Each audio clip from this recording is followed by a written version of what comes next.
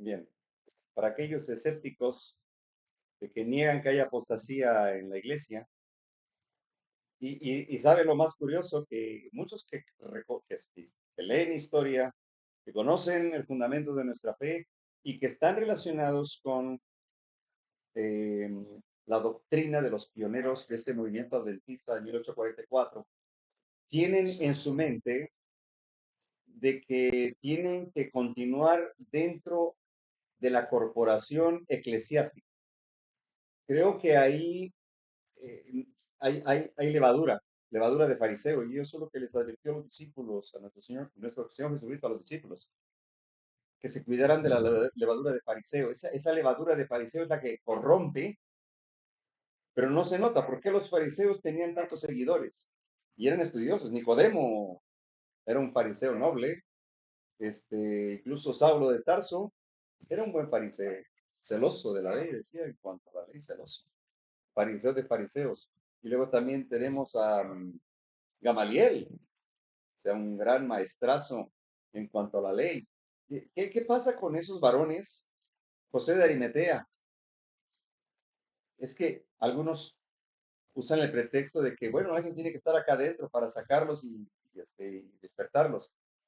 Otros dicen, no, no hay que salirse. Ahí hay que predicar, pero hermanos, quizá en cada país es diferente. Quizá en los Estados Unidos todavía puedan soportarte, pero en México, la ley federal de asociaciones religiosas de culto público ahora eh, le da personalidad jurídica. Investiguen, por favor, el concepto de personalidad jurídica. No me da tiempo a hacerlo ahora. Es un concepto del Vaticano, el Código de Derecho Canónico. Y ahora los pastores, que antes la carrera de pastor no se les consideraba a nivel de licenciatura, era como la psicología, solamente la consideraban como un arte, no una ciencia. Y para darle autoridad, le tienen que dar personalidad jurídica, y al estudiar, por ejemplo, una carrera de pastor, con unos 4 a 5 años, ya les dan personalidad jurídica. De esa manera tienen una licencia del Estado, ya a nivel licenciatura, y tienen la obligación de sujetarse a derechos y obligaciones, como la práctica de la denuncia, tipo Judas. Eh, es una obligación, no crean que es opcional. Y ahora los pastores caen en ese error. Y pastores populares, ahora sí me permito mencionar nombres sin temor a equivocarme, como un ejemplo, el pastor Esteban Borg, que es un buen maestro, sin duda, seguramente es un hombre honesto, serio, eh, pero ¿por qué él cree que no hay que salirse de la iglesia? Y estoy de acuerdo con él. Nosotros no nos hemos salido de la iglesia, nos salimos de la corporación. Y es ahí el error. Ellos le llaman iglesia a la corporación, a la asociación general, el estar sujetos a tradiciones y costumbres. Antes procesaban a los miembros pecadores con un así dice Jehová, la ley al testimonio. Ahora es con un así dice las 28 creencias y también el manual de iglesia. Entonces les han cambiado la doctrina desde 1957. Habrá que analizar bien el santuario. Por eso es muy importante este tema vamos a hablar sobre el santuario. Pero quisiera comprender a veces cómo es posible que gente que tiene maestrías y doctorados, y ese es el problema. Creo que nuestro Señor Jesús advierte a través del Espíritu de profecía que esta vez el Señor no va a apoyarse en doctos, sino en indoctos, que no fueron contaminados con la levadura de las universidades, con sus maestrías, doctorados y materias eh, eh, raras, hermenéutica, escatología, raras en el nombre y manipuladas por el hombre, hermenéutica, y bueno, de hecho ya están estudiando también yoga, meditación, los pastores. Pero creo que la razón más principal de por qué no aceptan salirse de la corporación, prefieren llamarla iglesia, porque tienen muy buenos beneficios como empleados, muy buenos, no voy a enumerarlos, son bastantes. y muy cómodos, que si les quitaras el trabajo y esos beneficios, andarían claudicando en el mundo. No sabrían qué hacer porque no tienen un oficio, porque ni la reforma pro salud les puede ayudar, que no la conocen ni la necesitan. Así que, y es lo que vamos a pasar en este tema, cómo es que se han infiltrado eh, pastores con un perfil católico, no todos son jesuitas, necesitarían muchos jesuitas, pero son muy astutos, tan solo con 3 jesuitas en 30 años pueden cambiar una doctrina de toda una universidad. Charles, eso es lo que dicen expertos jesuitas. 30 años les lleva cambiar una doctrina de una iglesia. Yo creo que la adventista pudo haberles costado un poco más de tiempo, porque somos la única iglesia basada en las Sagradas Escrituras. Y cuando digo iglesia no me refiero a la asociación corporativa, a la agrupación de miembros feligreses de una religión que ahora pertenece al poder civil y que sus templos y todos sus hospitales y propiedades están sujetos en Estados Unidos a la ley 501C3. En México, a la Ley Federal de Asociaciones Religiosas Culto Público, que en cuanto violas una de estas cláusulas, está sujeto a sanciones como 1,000 salarios de multa por cada predicador o pastor que viole eh, las leyes aplicadas en esta nueva reforma de ley. Y bueno, si reinciden, por ejemplo, el artículo 3 inciso 2 que no dice, establece que no debes de hablar mal de otra religión. Saben, ese es un término medio coloquial, medio como que no tiene, no está claro. ¿Qué es mal? Defíneme mal. Y para ellos es mal es causar daño, agraviar a otra persona. Pero dígame una cosa, Jesucristo lo habrían condenado de hablar mal de la iglesia establecida, corporativa, la iglesia adventista de esa época. Lo habrían sentenciado de hecho lo sentenciaron, por llamarle hipócritas a los pastores. Y seguramente los fanáticos habrían amonestado a Jesús, al Señor Jesús. Señor, no les digas hipócritas, son los ungidos, tienes que respetarlos. O Juan Bautista, no les digas camada de víboras. Juan, respétalos, son los ungidos. Tú solamente eres un plebeyo campirano que mira tu forma de vestir y de comer, extremista. Esa mentalidad es horrible, el hipnotismo, el no poder discernir entre lo bueno y lo malo y llamarle a lo malo bueno. Y eso es lo que pasó al antiguo Israel y ese es el destino que lleva la iglesia adventista corporativa. Ese es el mismo rumbo. Y siempre en la historia, dentro de ese movimiento, de esa iglesia de Dios, surge un remanente. En esta época, la época de nuestro Señor Jesucristo, eran los discípulos, ese pequeño remanente, que tuvieron que salir y caminar y reunirse de 2 o 3. Ahora, vamos avanzando. Les voy a compartir un video, pero mientras vamos avanzando en cuanto a este tema, eh,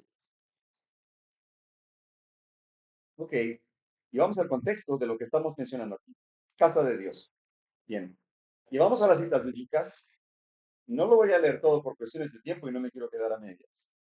En 1 Timoteo 3:14 dice esto, te escribo aunque tengo la esperanza de ir pronto a verte. Pablo le escribe a Timoteo, para que si tardo sepas cómo debes conducirte ¿en dónde?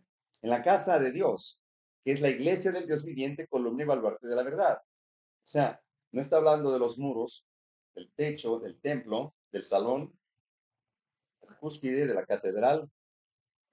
Y ellos entendían el concepto ecles, que significa grupo. Y vemos Efesios 2:19, así que ya no sois extranjeros ni advenedizos, sino conciudadanos de los santos, miembros de la familia de Dios, edificados, ¿en dónde? Sobre el fundamento de los apóstoles y profetas, siendo la principal piedra del ángulo Jesucristo mismo. Entonces no es Pedro, y en todo el edificio bien coordinado, va creciendo para ser un templo tanto en el santo en el Señor y en quien vosotros también sois juntamente edificados para morada de Dios en el Espíritu. Eso también lo reconoció Pedro. O sea, la Iglesia Católica jura y perjura que los papas son sucesores de Pedro y que Dios le entregó las llaves de atar y desatar, o sea, de salvar y condenar al que Pedro quisiera. ¿Por qué Jesucristo habría de escoger a Pedro y no a los 12? O no a Juan, que la Biblia lo considera como el espíritu, el hermano amado, el discípulo amado, a quien le encargara a su madre desde la cruz: madre, ahí tienes a tu hijo, hijo, ahí tienes a tu madre. Se lo encargó a Juan. María murió de vieja, de anciana en Éfeso. Y está su tumba. ¿No? Algún día seguramente Dios lo va a resucitar en aquel día. Bien. ¿Por qué a Pedro, si falló su fe en el mar de Galilea, se hundió? Porque perdió de vista a Cristo. ¿Por qué a Pedro, si lo negó 3 veces a Cristo?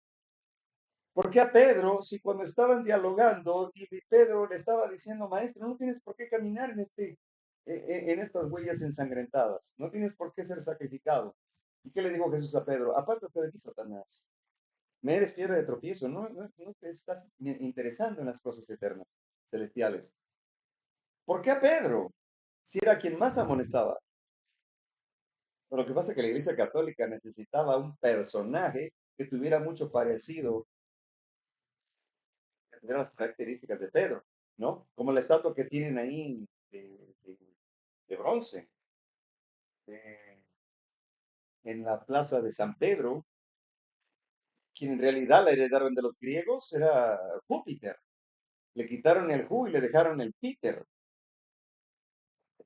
Tiene también un gallo y lo relacionan como que el gallo cantó, cantaría antes de que Pedro lo negara 3 veces.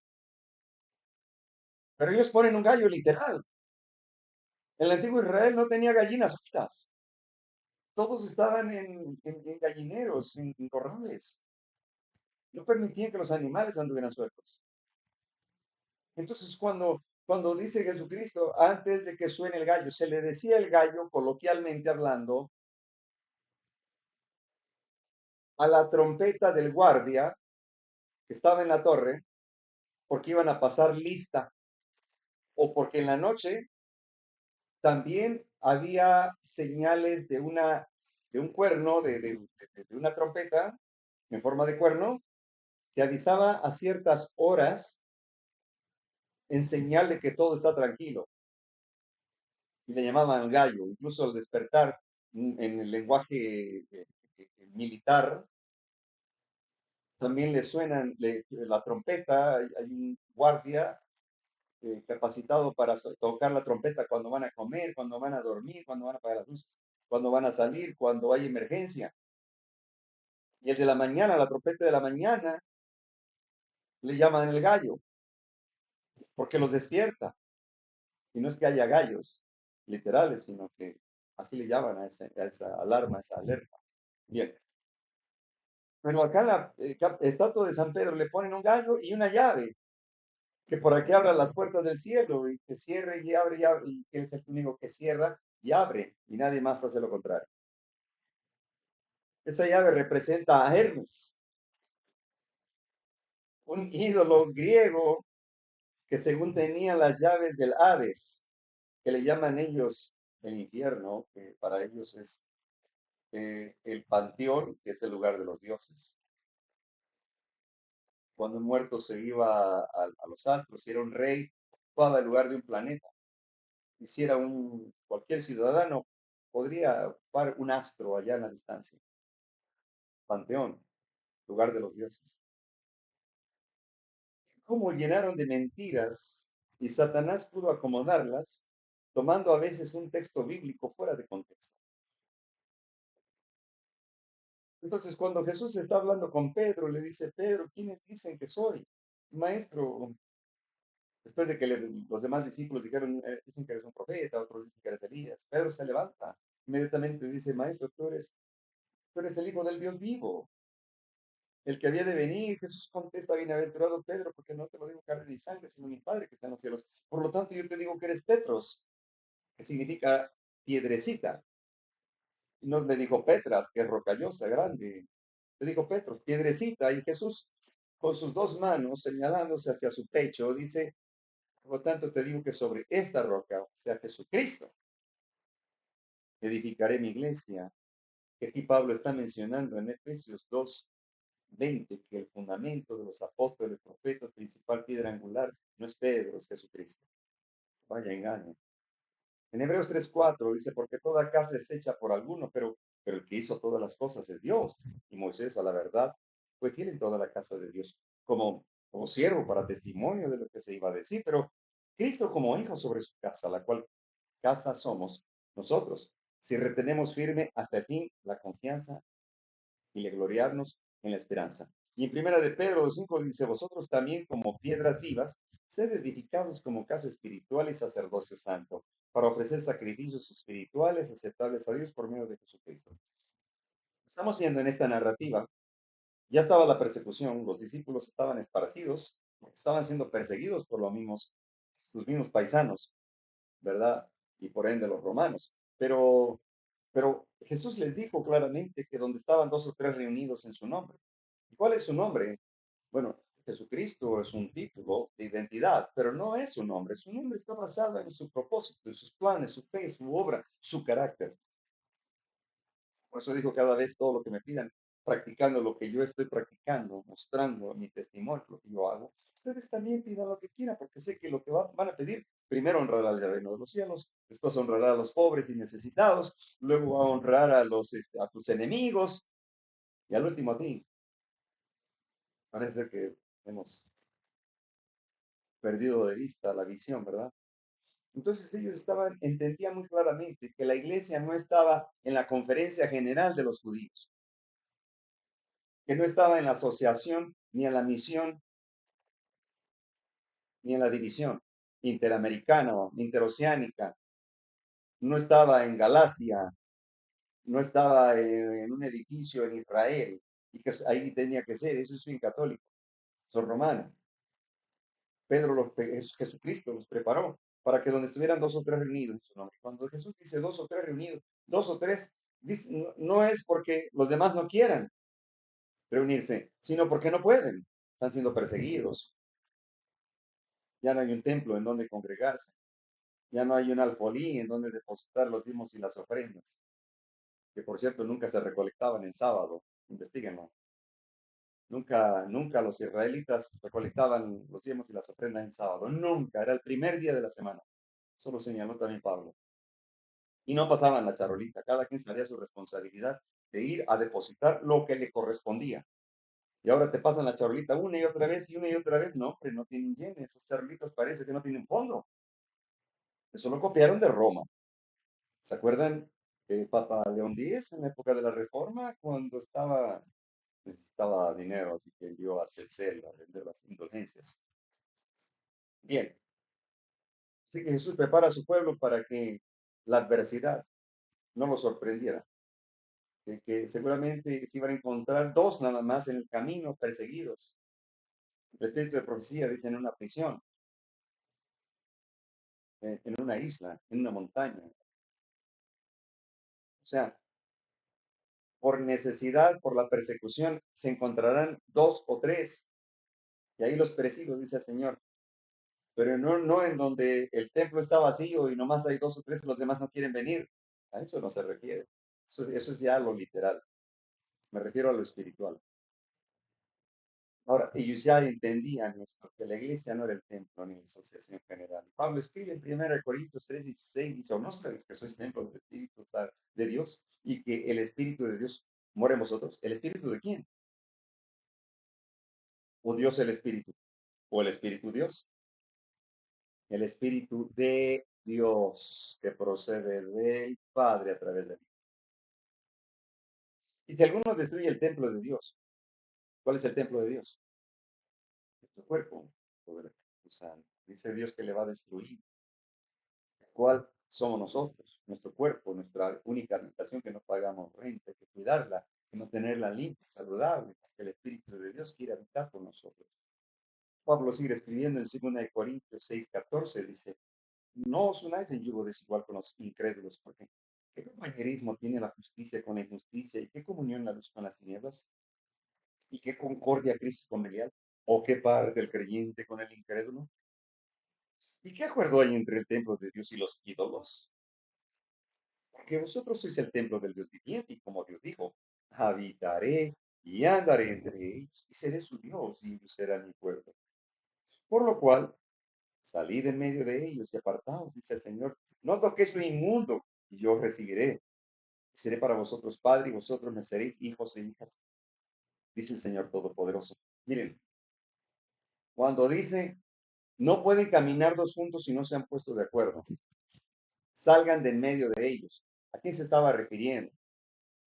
A los discípulos y a todos aquellos que estaban dentro de la asociación general, hipnotizados, confiándose en que Dios conoce los corazones y que iban a ser salvos ahí en la apostasía. No, Señor. Advirtió claramente el Señor Jesucristo. Hay de aquel que a lo malo le llame bueno. Aquellos que se confían cómodamente, se encuentran en una asociación general, en un templo, los les llaman algunos 7-Eleven, que cada séptimo día llegan a las 11 de la mañana por el amén. En otros lugares se les conoce los adventistas en el séptimo día. Nosotros somos del séptimo día. El adventista en el séptimo día, el resto de la semana vive como el mundo, come como el mundo, actúa como el mundo, piensa, celebra como el mundo. Pero el adventista del séptimo día, toda la semana vive esperando que llegue otra vez el séptimo día. Y el resto de la semana vive como Cristo, cena como Cristo, camina como Cristo, platica como Cristo. Es la diferencia entre en el séptimo día y del séptimo. Y eso es lo que me gusta. Aquí, esta parte. Según de Corintios 6:16 dice, ¿qué acuerdo hay en el templo de Dios y los ídolos? Dios nos está señalando que hay un santuario. Y como se lo dijo a Moisés en Éxodo 25:8, dice que harán un santuario para mí y habitaré en medio de ellos. ¿Saben una cosa? Si no entendemos el santuario, ni sus servicios, ni su propósito, no vamos a entender nada de las profecías, pero nada de nada, y nada es nada. Por eso hay muchas especulaciones sobre eventos proféticos. Y ahí hay muchas doctrinas. Pablo amonesta a los Galatas, a Galacia, porque les dice, oh Gálatas insensatos, ¿quién los fascinó para creer otro evangelio? Es que haya otro, lo han pervertido. ¿Cuántos evangelios hay sin el santuario celestial? Miles, miles. El santuario es prácticamente, digamos que está incluido todo el cuerpo y el cerebro. Miren, en el santuario está el plan de redención, el plan de salvación, el plan de glorificación. Y hay que entenderlo a partir del atrio, bueno, a partir de los 12 campamentos en torno a él. El atrio, el altar del sacrificio y el altar de lavacros. ¿Qué significado tiene sacrificios y el lavado en el lavacro santo? ¿Qué significado tiene que el sacerdote entraba casi todo el año en el lugar santo para ministrar por los pecados del pueblo y una vez al año en el lugar santísimo? ¿Cuál era el propósito? ¿El qué? ¿Cómo? ¿Cuándo? ¿Dónde? ¿Por qué? ¿Quién? ¿Y a dónde? Oh. Y este es el gran tema. Si Dios compara nuestro cuerpo como un templo, porque sabía que íbamos a sufrir persecución, que en aquellos días no vamos a tener un templo donde congregarnos. Así que nos prepara para que entendamos que Él habita en nosotros y que Él desea habitar en nosotros. Y que nuestro cuerpo es propiedad de Él y no tenemos ningún derecho a infringir sus leyes de salud porque equivale a violar la ley moral, el sexto mandamiento específicamente. Que es pecado estar enfermo, así es pecado. No es el tema, pero lo he mencionado en consejos sobre régimen alimenticio. Por haber transgredido las leyes de salud, la gente cava la tumba con sus dientes. La gente no puede controlar sus apetitos, sus antojos. y dañan el templo, lo ensucian. Y quizá no les parece tan grave como cuando se comen un pastel con un licuado, una malteada, un refresco estimulante. En vez de, ya lo tiene azúcar de caña, le estás poniendo este, metanol, ácido aspartico, fenilalanina como endulzantes artificiales. Y luego el consumo de carnes. Si pudiéramos imaginar todos estos alimentos que mencioné licuados y guardados en una olla express por unos 3 días, los gusanos que íbamos a encontrar ahí, estos se encuentran en el estómago. Entonces, el violar las leyes de salud equivale a violar la ley de Dios. Entonces me preguntan, ¿tiene que ver la dieta con la salvación? Y ahora me atrevo a decir que sí, porque Dios está diciendo que el cuerpo es templo del Espíritu Santo, ¿no? Y darle la glotonería, una licencia, un apetito licencioso y desenfrenado, nos va a llevar a la muerte. Y por eso el Señor dice, el que lo destruya, yo le destruiré. ¿A qué se refiere con el que lo destruya? El que lo enferme, el que al ignorar las leyes de higiene, la temperancia, la dieta edénica de Génesis 1:29, entonces nosotros desafiamos a Dios. Un día me sentí muy triste porque me preguntaron eso, entonces muchos hermanos se ofendieron. ¿Cómo es lo que está diciendo? Eso no es correcto. Estar enfermo no es pecado, dijo. Yo les leí consejos sobre régimen alimenticio, no es el tema. Pero ahí está. Violar las leyes de salud significa violar la ley de Dios y desafiarlo.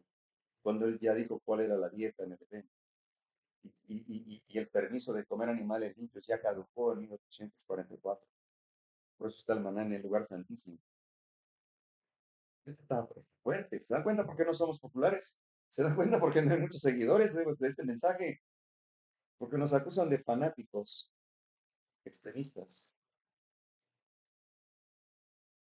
Seguramente este mensaje nunca va a ser famoso. Nunca fue en la época de Jesucristo. Nunca fue. Y Jesús solamente encontró a 12 discípulos, ya no había 12 tribus. Así que hizo provisión para eso. Declaró claramente que ancho es el camino de la perdición y que muchos son llamados y pocos los escogidos. Y para ello quiero leer este hermosísimo libro, Patriarcas y Profetas. Está hermosísimo, hermosísimo. Bueno, no voy a leer cuando y dice aquí cuando Adán y Eva pecaron, ¿verdad? Porque está un poco largo. Y el premio a, ¿cómo dice? Y el premio a tiempo. Disléxico. El tiempo apremia. Este, la primera indicación que el hombre tuvo es patriarcas y profetas, el plan de redención. La primera indicación que el hombre tuvo acerca de su redención la vio en la sentencia pronunciada entre Satanás en el huerto. El Señor declaró, y pondré enemistad entre ti y la mujer. Se refiere a Satanás y la iglesia. Y entre su descendencia y las descendencias suyas. Esta, la de la suya, la de la iglesia, te herirá en la cabeza, Cristo, y tú le herirás en el talón a traición. Satanás traicionó a Jesucristo, pero en ese momento que lo estaba traicionando, Cristo le estaba propinando un palazo en la cabeza, que lo dejó aturdido, cuando aparentaba ser la pérdida total para los discípulos, era el mayor triunfo. Crucificado con los brazos abiertos hacia el cielo, clamando al Padre, Abba Padre, diciendo, Señor, consumado es. Te entrego mi ser, mi cuerpo, mi alma, mi espíritu. Tómalo, Señor, lo logramos. ¡Wow! Los ángeles estaban sorprendidísimos. Ahora estaban curados contra la apostasía. Sabían quién era el malo, quién era el Hijo de Dios, quién merece toda honra y toda gloria. Ahí empiezan las profecías. Génesis 3:15. ¿En dónde terminan? ¿En dónde terminan las profecías? En Apocalipsis 14, del 6 al 12, durante la proclamación hoy del mensaje de los tres ángeles. No vamos a entrar ahí, pero ahí terminan las profecías. Miren lo que voy leyendo acerca del santuario. En este tramo, en esta parte, en esta narrativa, mejor dicho, a partir de aquí, de la página 51 hacia adelante, es el ABC para explicarnos la razón y el propósito del santuario. Miren, voy a leer más adelante, página 54. En esta forma se revelaron a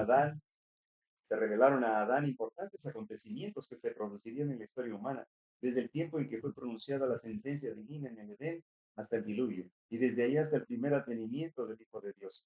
Se le mostró que si bien el sacrificio de Cristo tendría suficiente valor para salvar a todo el mundo, muchos escogerían una vida de pecado más bien que de arrepentimiento y obediencia. Los crímenes aumentarían en las generaciones sucesivas y la maldición del pecado pesaría cada vez más sobre la raza humana, las bestias y la tierra. La vida del hombre sería acortada por su propio pecado, disminuirían su estatura y resistencia física, así como su poder intelectual y moral, hasta que el mundo se llenase de toda clase de miserias. Saben, he platicado con gente que no puede grabarse una frase con 6 palabras. En serio, ya no tienen memoria. Dios conservó la Biblia todavía en los valdenses para, para bien nuestro. Pero solo estoy diciendo que hay alguien que no tiene memoria, como un ejemplo.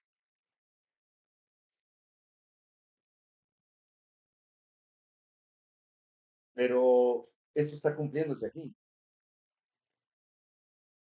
Y esas personas, esa persona a que me refiero, no puede controlar su apetito. Es, practica la glotonería. Yo lo que estoy viendo aquí. Mediante la complacencia del apetito y las pasiones, los hombres se incapacitarían para apreciar las grandes verdades del plan de redención.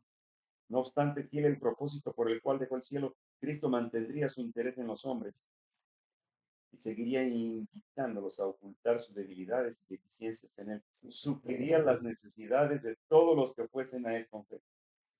Y siempre habría unos pocos que conservarían el conocimiento de Dios y se guardarían incólumes en medio de la prevaleciente iniquidad. Wow, tremendo esto. Eso es lo importante del santuario. Y les digo, yo los invito, estudien más sobre el santuario, pero no se distraigan con el material, las medidas. Son importantes, claro que sí son importantes porque las mencionó Dios, las instruyó Dios. Pero más que el aspecto material, el aspecto espiritual, las razones, los propósitos, qué tiene que ver con nosotros, qué comparación tiene con nuestro cuerpo. ¿Saben? Interesante. Cuando Cristo, con los brazos extendidos, representaba el santuario, sí, en su cabeza el lugar santísimo. En su lado izquierdo su corazón, ahí está el trono, en el lado norte. El trono del Padre y del Hijo. 6 panes por el Padre, 6 por el Hijo. Y en el centro, donde estaba el altar del incensario, que representa las oraciones, pues, representa simbólicamente, pero basado en los méritos de Cristo, porque el ser humano podrá tener millones de oraciones, pero si no hay méritos en Cristo, de nada sirve.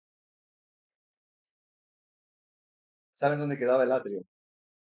De la cintura para abajo. ¿Qué significa eso? Que hombres y mujeres tenemos que morir de la cintura para abajo. simbólicamente hablando, claro. Los brazos extendidos. Así también se encontraban al norte y al sur, candelabro y los mismos panes de la proposición que acabo de decir. Extendidos los brazos, el cuerpo de Cristo y el cuerpo de los que queremos formar parte de su familia celestial. Avancemos. Pablo ahora escribe en 2 Corintios 6:16, ¿y qué acuerdo hay entre el templo de Dios y los ídolos? Y más abajo, comparado con Levíticos 26, dice, no haréis para vosotros ídolos, ni escultura, ni os levantaréis estatua, ni pondréis en vuestra tierra piedra pintada para inclinaros a ella, porque yo soy Jehová vuestro Dios. Guardad mis días de reposo, mis sábados, y tened en reverencia mi santuario, yo Jehová. Qué instrucción tan clara, letal, nítida. ¿Qué parte no entendemos de esto? Ah, y afirma, si anduviereis en mis decretos y guardareis mis mandamientos y los pusiereis por obra, y pondré mi morada en medio de vosotros, y mi alma no os abominará. Y andaré entre vosotros, y yo seré vuestro Dios, y vosotros seréis mi pueblo. Qué hermoso. Pablo, cuando escribe en los Corintios, se está refiriendo a esta cita de Levíticos 26.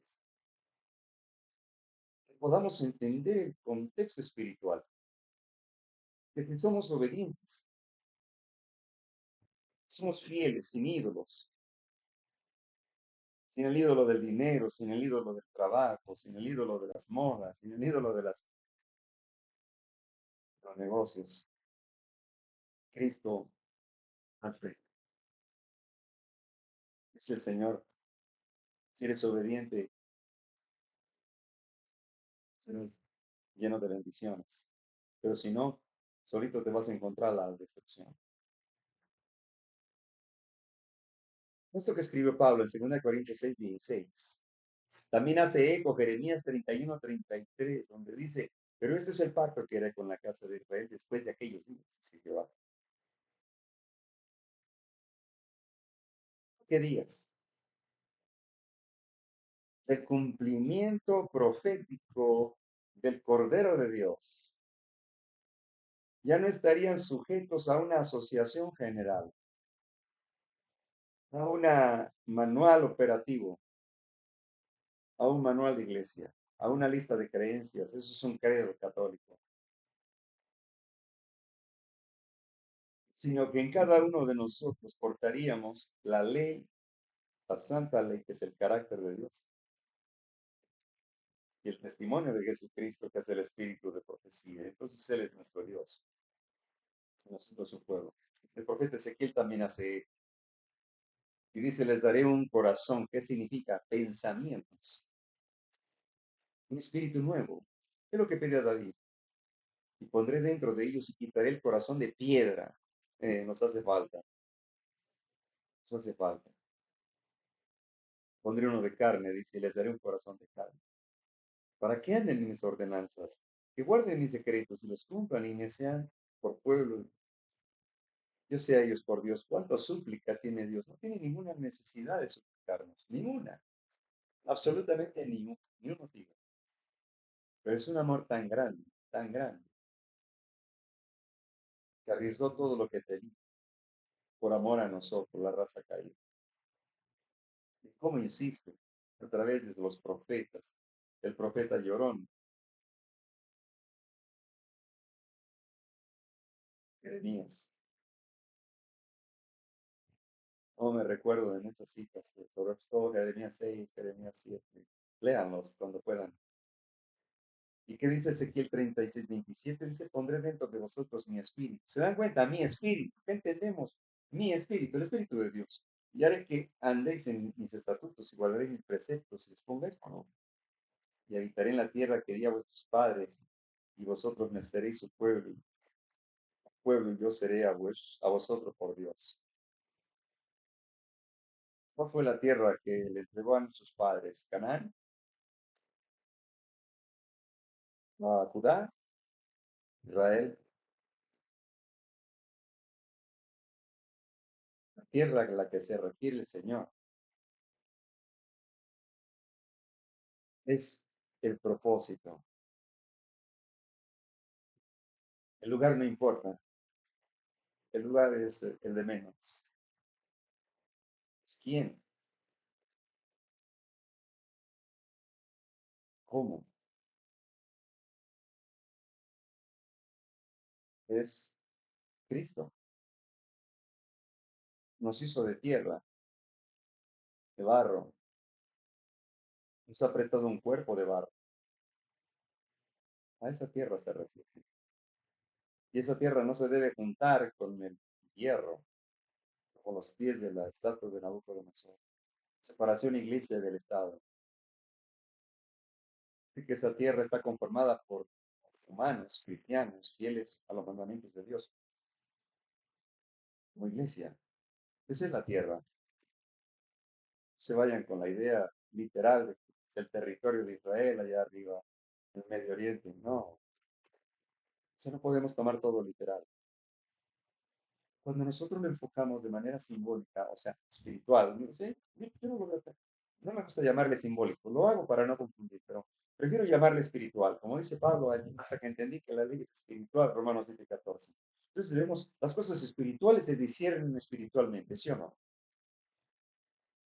Si tú quieres discernirlo materialmente, no vas a poder.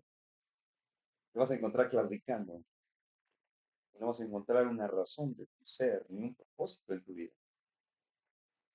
Pero cuando tomamos esto espiritual, es claramente pondrá dentro de mí su espíritu, su ser, su persona, su esencia,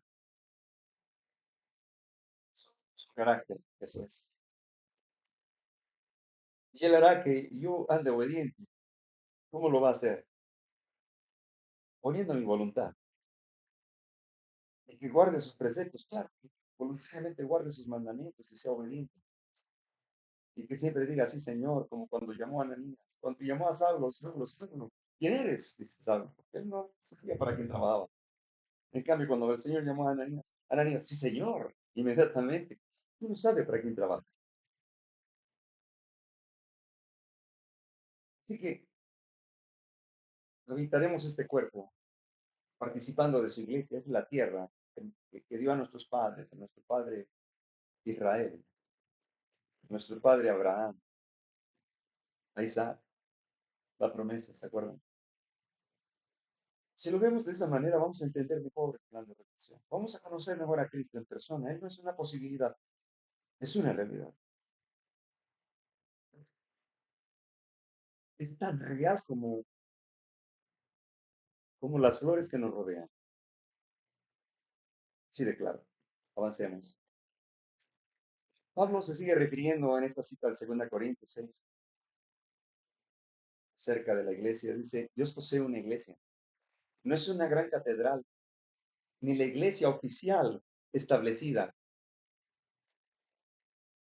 ni las diversas denominaciones, bautistas, metodistas, corporaciones adventistas, sino que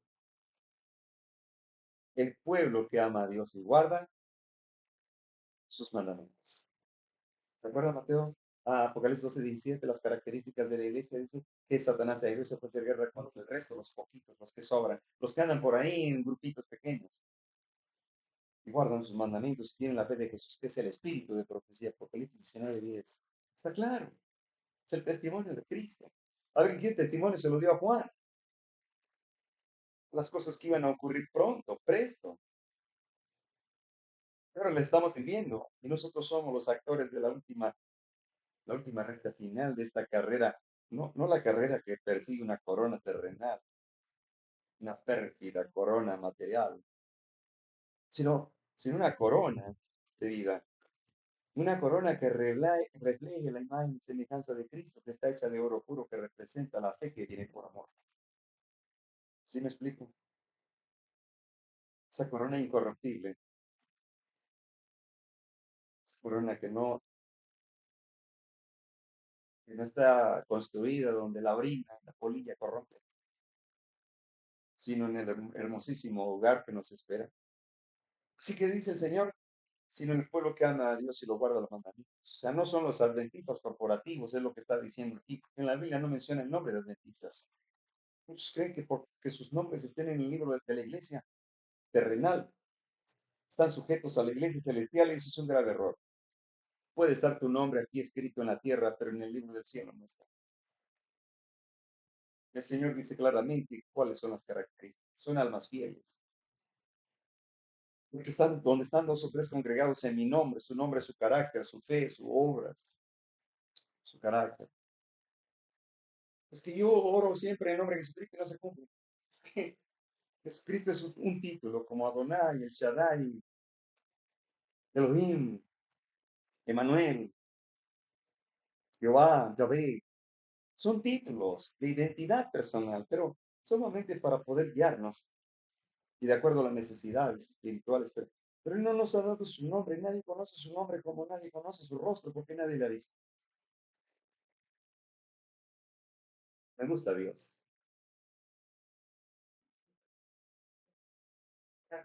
Él está pendiente ahorita y nos está mirando, está analizando nuestra mente. Así que donde están dos o tres reunidos, no es porque la mayoría no quiere reunirse, no es porque no pueden, están siendo perseguidos. Aunque Cristo esté en uno entre unos pocos humildes, y cuando dice humildes no se refiere de un aspecto económico como la gente lo refiere comúnmente. Humildad tiene que ver con mansedumbre, con sencillez, con templanza. No humildes de dinero, no, no, jamás. Hay humildes que son soberbios, perdón, hay pobres que son soberbios y orgullosos, sin nada de humildad. Esta es la iglesia. Por solo la presencia, el alto y sublime. Me encanta ese título también. El alto y sublime. Y habita la eternidad. Wow. Palabras vienen de arriba. Él puede construir su iglesia, tecles, grupo, donde están los super reunidos en su nombre. Vamos por más. Donde dos o tres que aman y obedecen los mandamientos de Dios están presentes. ¿Se dan cuenta? Donde dos o tres que aman, que obedecen, que son fieles, que ya esperan el sábado con ansiedad, que se entristecen cuando ya se está acabando. Dice, Señor, se retira tu espíritu otra vez. Se acerca más el sábado, dice el testimonio de sus amigos. Aquí nos preside, ya sea en lugar desolado, en la tierra, en un desierto, la ciudad, o encerrados en los muros de una prisión. La gloria de Dios ha penetrado estas últimas, colmando de gloriosos rayos de luz celestial en las oscuras mazmorras. Sus santos pueden sufrir, pero sus sufrimientos, como los apóstoles de antaño, esparcían su fe y ganarán almas para Cristo y glorificarán su santo nombre. La más amarga posición dirigida por los que odian la gran norma moral de justicia de Dios no deberían sacudir ni lo harán al alma firme que confía plenamente en Dios. Los que sean hacedores de la palabra estarán edificados sólidamente, sólidos en la roca que es Cristo. Ni la tempestad, ni la tormenta, ni la persecución conmoverán sus cimientos porque sus almas están arraigadas en la roca que es Cristo. Ni la tortura, ni el fuego, ni la hoguera, nada ni nadie puede apartarnos del amor de Cristo. Pero hay que conocerlo. Miren nada más. Vemos entonces que nos han engañado, o más bien no nos engañaron, nosotros dejamos que nos engañaran, nos autoengañamos. Y a los templos les llamamos iglesia. Y preguntas a un cristiano a dónde va en ese momento que va a su culto. ¿Dónde vas? Y dice, voy a la iglesia. No, voy a reunirme con los de la iglesia. La iglesia no es el templo, somos nosotros, que adoramos en espíritu y en verdad, en donde quiera que estemos, que tenemos la necesidad de Cristo, que sabemos que el tiempo está cerca. Y miren nada más, Pablo escribe en Romanos 6:3, saludos a Priscila, Aquila, colaboradores en Cristo Jesús, que expusieron su vida por mí, a los cuales no solo yo doy gracias, sino también todas las iglesias de los gentiles, las iglesias de los gentiles. Sí, dice, también la iglesia de su casa. O sea que la iglesia puede estar aquí en casa. 1 Corintios 16, 19, la iglesia de Asia. Saludan a Aquila y Priscila, donde la iglesia que está en su casa. No la asociación general, aquí no dice donde se encuentre la división general y la conferencia general o la asociación, la división, la misión. La iglesia que está en su casa. Colosenses 4:15, la iglesia que está en su casa. Colosenses 4:16. También se ve a la iglesia de los laodicenses. Y la Odisea estaba en su casa. Y en Filemón 1:2 dice a la amada hermana Apia y Arquipo, nuestro compañero de milicia, la iglesia que está en su casa. Ellos entendieron claramente que iglesias son los miembros, no la conferencia general. Ahora, analicemos más el fundamento de la iglesia. La piedra que desecharon los edificadores ha venido a ser cabeza de ángulo. Dice el Señor, yo he puesto en Sión por fundamento una piedra probada, preciosa. El que creyere y no se apresure. Mateo escribe 21:42. Jesús le dijo, ¿nunca leísteis en la escritura la piedra que desecharon los edificadores ha venido a ser la cabeza del ángulo? El Señor ha hecho esto. Es Jesucristo, no Pedro. Hechos 4:11 dice, este Jesús es la piedra, reprobada por vosotros los edificadores. ¿Quién es la cabeza del ángulo? En ningún otro hay salvación, ni en Pedro, ni en Juan, ni Pablo, porque no hay otro nombre bajo el cielo dado a los hombres en que podamos ser salvos, ni Pedro. Esto va para mis amados católicos. Han sido engañados. Salgan del error antes que sea demasiado tarde. Cristo les ama y nosotros también. Y escribe primera de Pedro 2:3. Si es que habéis gustado de la benignidad del Señor, acercándonos a Él, ¿a quién, Pedro? A Cristo, piedra viva, desechada ciertamente por los hombres. Pedro mismo está reconociendo que la piedra angular es Cristo, no Pedro. Cuando el papado, los líderes católicos, dejarán de engañar a los pobres feligreses incautos, ¿cuándo se hartarán de tantas mentiras? Para vosotros, pues, los que creéis, Cristo es precioso. Para los que no creen, la piedra que los edificadores desecharon ha venido a ser la cabeza del ángulo y piedra de tropiezo, roca que hace caer porque piensan en la palabra siendo desobedientes, por lo cual fueron también destinados. Cristo es la piedra, no Pedro. Pedro es la piedrecita. Pablo escribe a 1 Corintios 3:4, diciendo el uno, yo ciertamente soy de Gambetta, yo soy de Esteban Bor, yo soy del pastor que lo sacan por la puerta y se mete por la ventana, y así sucesivamente. ¿Qué pues? ¿Es Pablo? ¿Qué pues es estos pastores? Servidores por medio de los cuales habéis creído. Sin embargo, dice el Señor, yo planté, Apolos regó, pero el crecimiento lo da Dios. Así que ni el que planta es algo, ni el que riega, sino Dios que da el crecimiento. Porque nosotros somos colaboradores de Dios y con Dios. Y vosotros sois labranza de Dios, edificio de Dios. Y conforme a la gracia de Dios que me ha sido dada, yo como perito arquitecto puse el fundamento y otro edifica encima, pero cada uno mire cómo sobre edifica. Porque nadie puede poner otro fundamento que el que está puesto, el cual es Jesucristo. Nadie puede poner otra piedra, ni siquiera el papado. Las terribles mentiras, blasfemias, herejías han dicho en sus sacramentos, a través de su magisterio, en su sistema canónico. Puras herejías, desde que se iniciaron en el Concilio de Nicea 325. Nacieron con el error.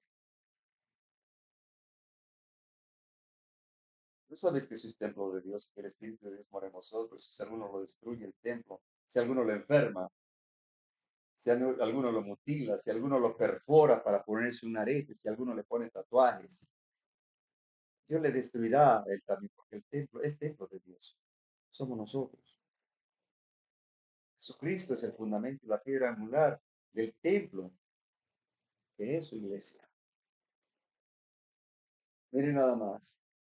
Aquí en Mateo 16, tremendo, viniendo Jesús a la región de Cesarea, Filipo preguntó a sus discípulos diciendo, ¿quién dicen los hombres que es el Hijo del Hombre? Y ellos rápidamente dijeron, Juan el Bautista, otros dijeron Elías, otro dijo Jeremías, o alguno de los profetas. Y él les dijo, vosotros, ¿quién decís que soy? Y respondiendo Simón Pedro dijo, tú, tú eres el Cristo, el Hijo del Dios viviente. Entonces le respondió Jesús, bienaventurado eres Simón, hijo de Jonás, porque no te lo reveló carne ni sangre, sino mi Padre que está en los cielos. Y yo también te digo que tú eres Petros, en griego, Petros, piedrecita, y sobre esta roca, tocando su pecho Jesucristo, Petras, rocallosa, roca gigante, dice, edificaré mi iglesia. Y las puertas del Hades, el infierno, es el sepulcro, no es un lugar ardiendo en fuego todos los días, como si Dios no se complaciera con el sufrimiento de los mortales. No perecerán contra ella, y a ti te daré las llaves del reino de los cielos.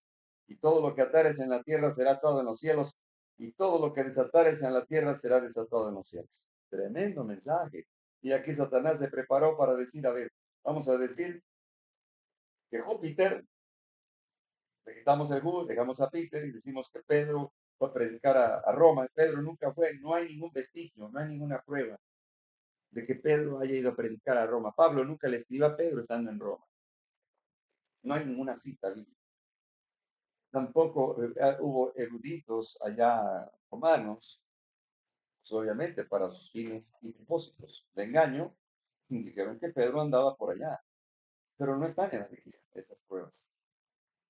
Que se hayan llevado su cuerpo, bueno, ya con tu cuerpo pueden hacer lo que quieran. Eso no tiene nada que ver. Satanás ha colocado este engaño y Satanás no copia nada que no sea verdadero. Así que mira nada más, dice, así te daré las llaves. ¿A quién se las está dando? Mire, mire, qué interesante. Aquí podrías decir a Jesús, porque se estaba señalando hacia su pecho. No, a ti se refiere a los 12 discípulos. Las llaves del reino de los cielos y todo lo que atares en la tierra. Entonces Roma, papá, se preparó para decir, mira, nosotros vamos a determinar quién va al cielo y quién no. A los que excomulguemos, los mandamos al purgatorio, primero el limbo, ¿no? Almas en pena, que no fueron bautizados. Luego purgatorio, luego infierno, luego María, Madre de Dios. Y en ese orden vamos a ir engañando a los incautos. Vamos a analizar el contexto. A ti te daré las llaves del reino de los cielos. ¿Será que Dios le dio a un mortal específico la autoridad que solo pertenece al Padre y al Hijo? ¿O es simbólico también? Si es simbólico, vamos a conocerlo. Después de todo, estamos analizando este tema desde un punto de vista espiritual. Vamos.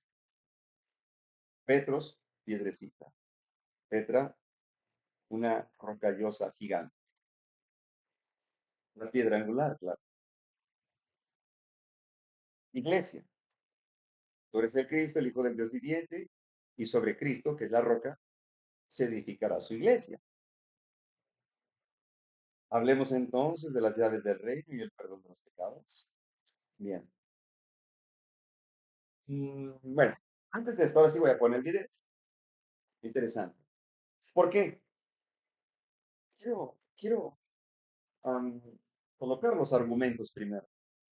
Y luego vamos al contexto espiritual, a entender qué significa a ti te daré las llaves.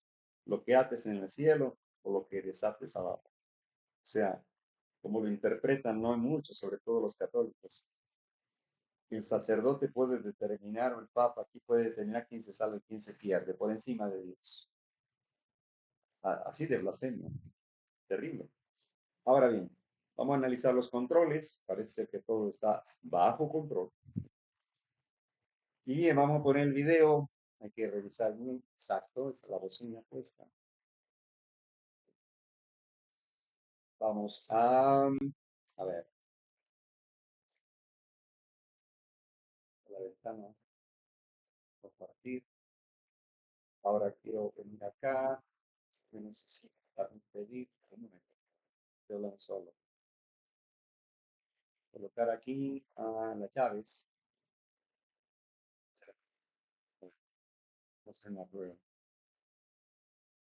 No, tiene que estar acá en el reproductor de línea.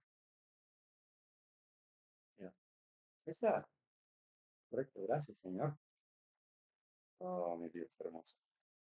Ah, vamos a soltarlo aquí, a ver si hay una falla en audio, por favor me lo declara. Voy a soltar. Aquí está la iglesia. Vamos a esperar que predique este pastor adventista, que en realidad no tiene cara ni cuerpo. Más bien, yo veo que hay un sacerdote católico sin sotana, a decir por el cuerpo y el rostro, que no tienen el rostro de Cristo, ni el cuerpo de Cristo, mucho menos.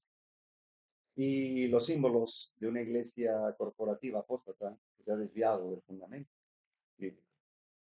Vamos a ver lo que dice, qué blasfemias va a decir. Pongan atención, por favor, que la verdad es como si escucháramos a un sacerdote católico un domingo a la hora de la misa, de la Eucaristía. Escúchenlo, solamente porque no lleva la sotana, pero escuchen cómo habla.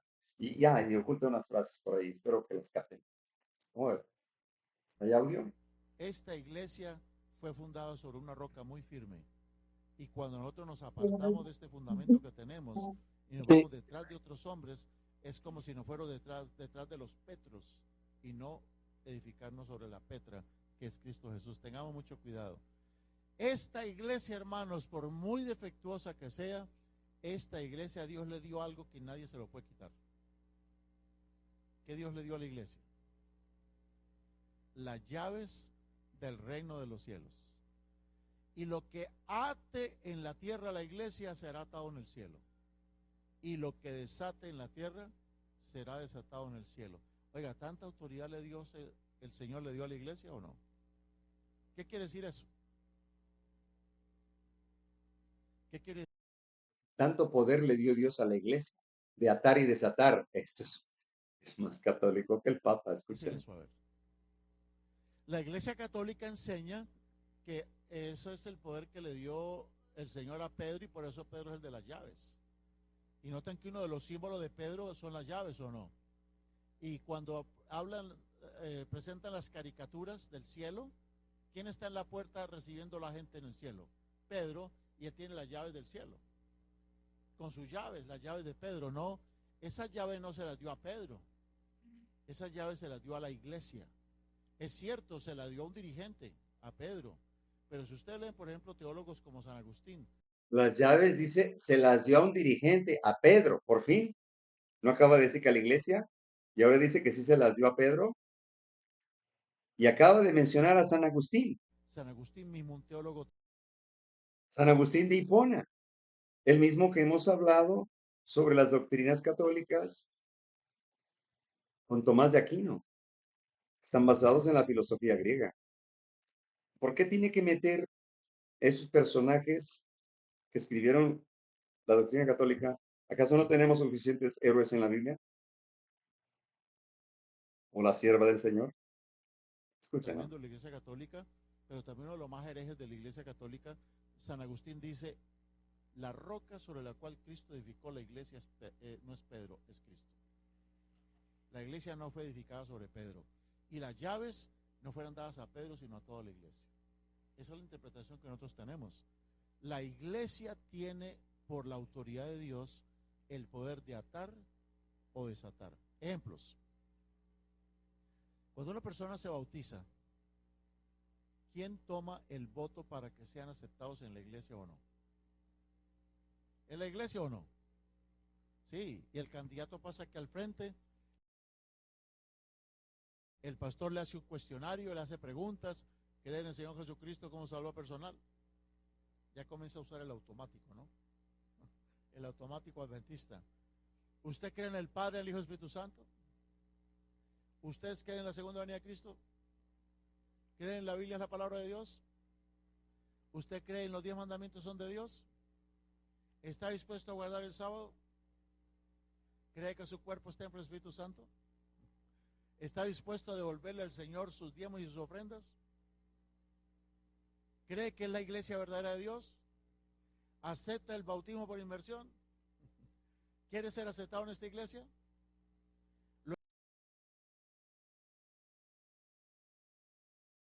Entonces, ¿qué hace inmediatamente? ¿Hay alguien de esta iglesia que proponga que este hermano sea aceptado en la iglesia previo bautismo? ¿Sí o no? Entonces un hermano dice, yo, pregunta uno, ¿hay alguien que apoya en la iglesia que sea aceptado como miembro previo bautismo? Y otro apoya. Todos los miembros de la iglesia de aquí, que están de acuerdo que este hermano sea bautizado, levanten la mano. ¿Qué hacen los miembros de la iglesia? ¿Fue atado o no? La iglesia tiene poder para atar.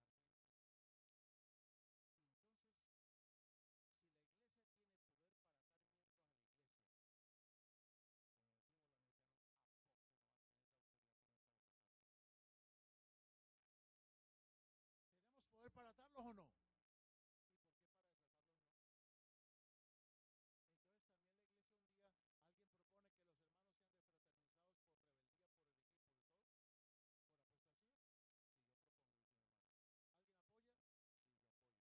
¿Cuántos de los miembros de aquí de la iglesia en una reunión administrativa están de acuerdo en que sean de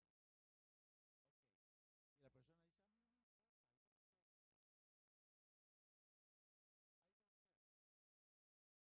no importa que mi nombre lo hayan borrado del libro de la tierra, con tal de que mi nombre esté escrito. ¿Fue borrado en la iglesia? ¿Es borrado en el libro del cielo?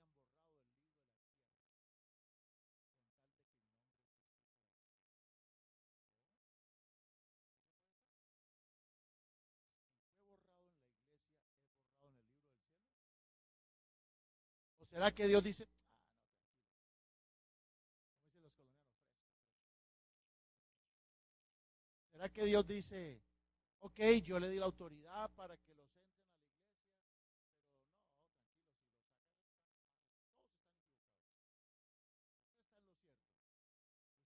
pero no, tranquilo, si lo sacan, todos están en lo cierto? Usted tranquilo, tranquilo, mijito, si allá lo borraron, tranquilo, mijo, ¿será o no será? ¿Cuál es la diferencia entre la posición romana papal y la iglesia? ¿Estamos haciendo lo mismo o no? ¿Cuál es la diferencia? En el sistema papal, el pueblo no opina.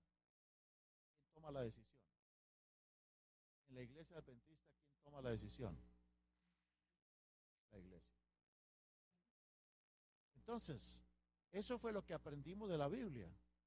Lo que Dios ata, lo que se ata en la tierra, se ata en los cielos.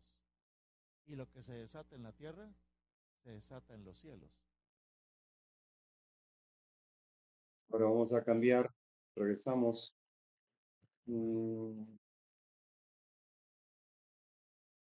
Espero que lo hayan escuchado. Tengo problemas con el audio. Habrá que regrabarlo si no fue en esta ocasión, será en otra ocasión. Un momento, por favor. Aquí tengo que regresarme otra vez a...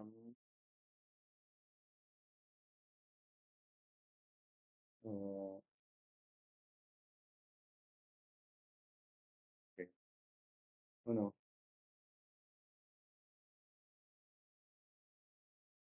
ok.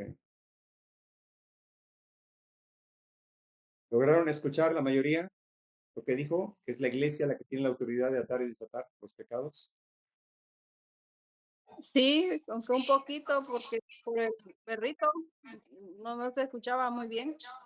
Sí, tengo que arreglar ese video porque ahorita oigo sus voces bien fuerte y tenía problema con el audio.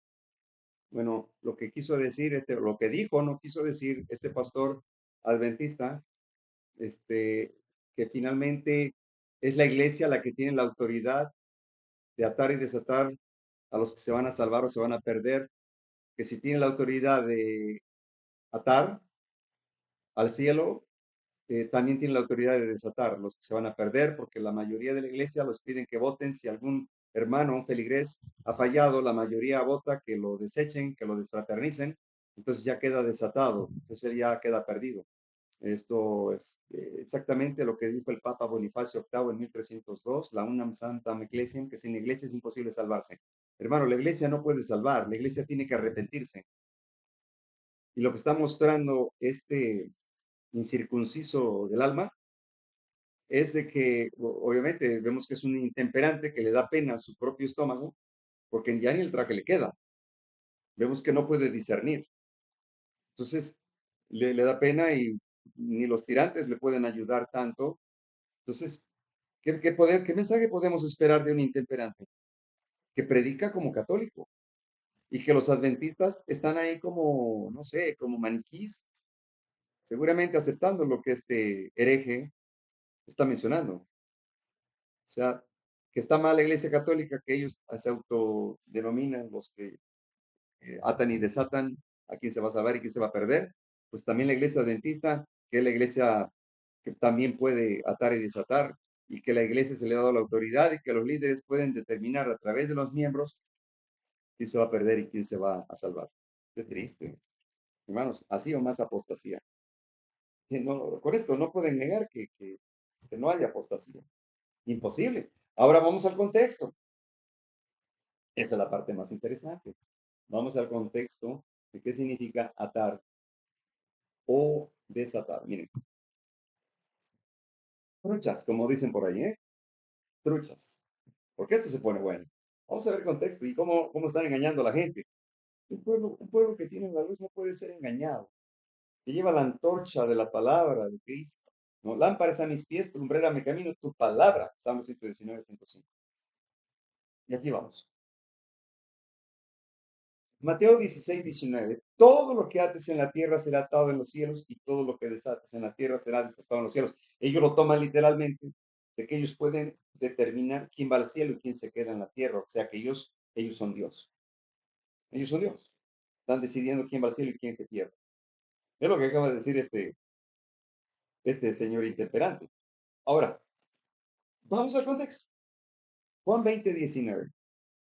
Cuando llegó la noche de aquel mismo día, el primero de la semana, estando las puertas cerradas en el lugar donde los discípulos estaban reunidos por miedo de los judíos, vino Jesús y puesto en medio les dijo, paz a vosotros. Y cuando les hubo dicho esto, les mostró las manos y el costado, y los discípulos se regocijaron viendo al Señor. Entonces Jesús les dijo otra vez, paz a vosotros, como me envió el Padre, así también yo os envío. Habiendo dicho esto, sopló y les dijo, recibid el Espíritu Santo. Aquí está una cita más de que el Espíritu Santo no es un Dios independiente que tenga un cuerpo o un trono individual o un ser aparte.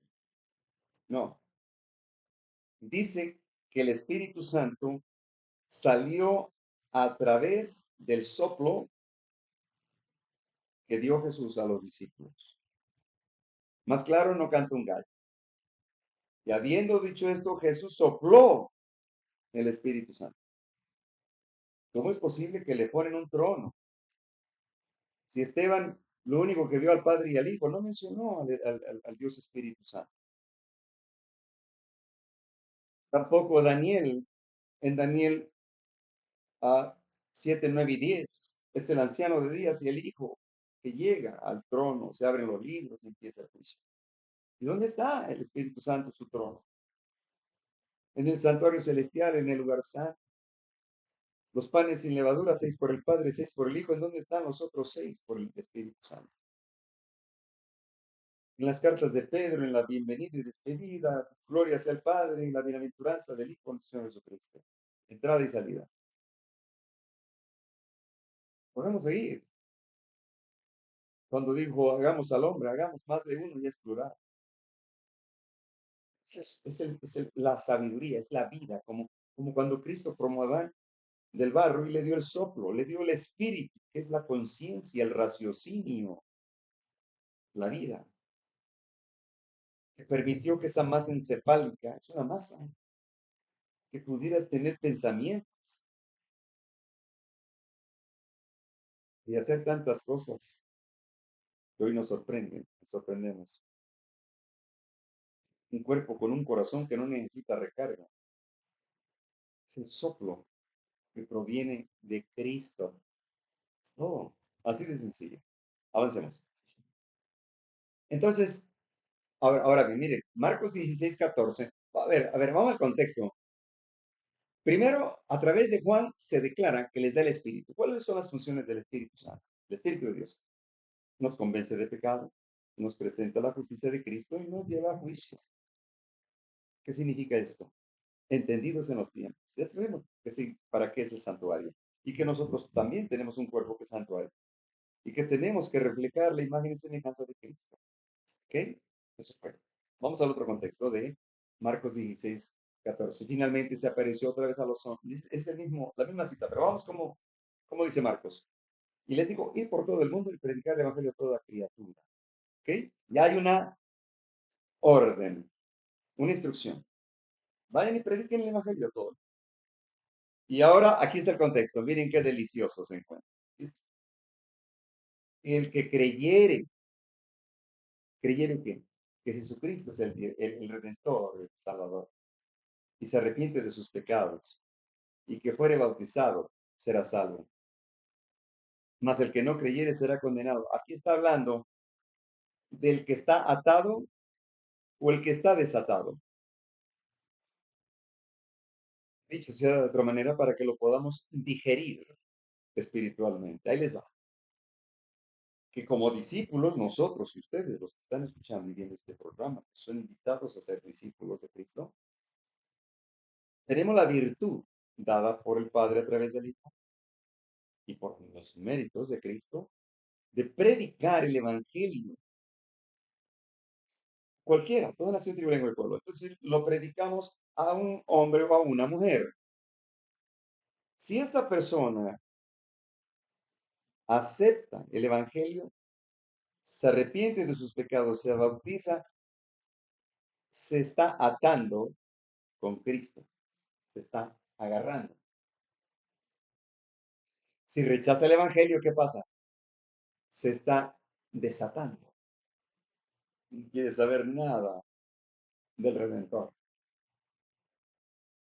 Entonces nosotros, que no podemos atar y desatar, no tenemos ningún mérito, ni menos con glotonería.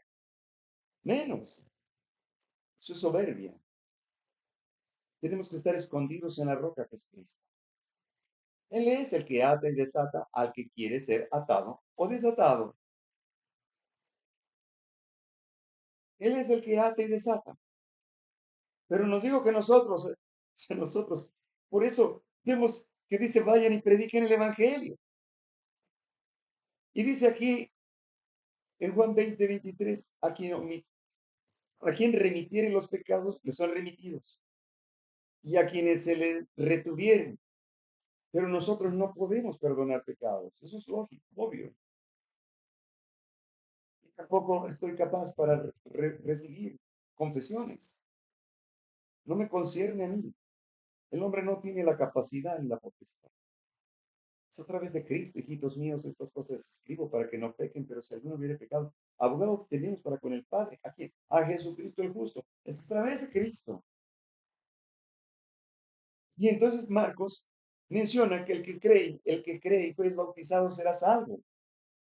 Quiere decir que el interesado en la fe de Jesús y acepta el bautismo de Jesucristo mediante el arrepentimiento y el perdón, con Cristo ya se ató.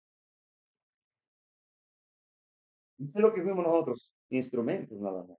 Instrumentos, ninguna autoridad, ninguna potestad nos es dado. Jesucristo dijo, toda potestad me es dada en el cielo y en la tierra. Qué hermoso, lo merece. Lo merece.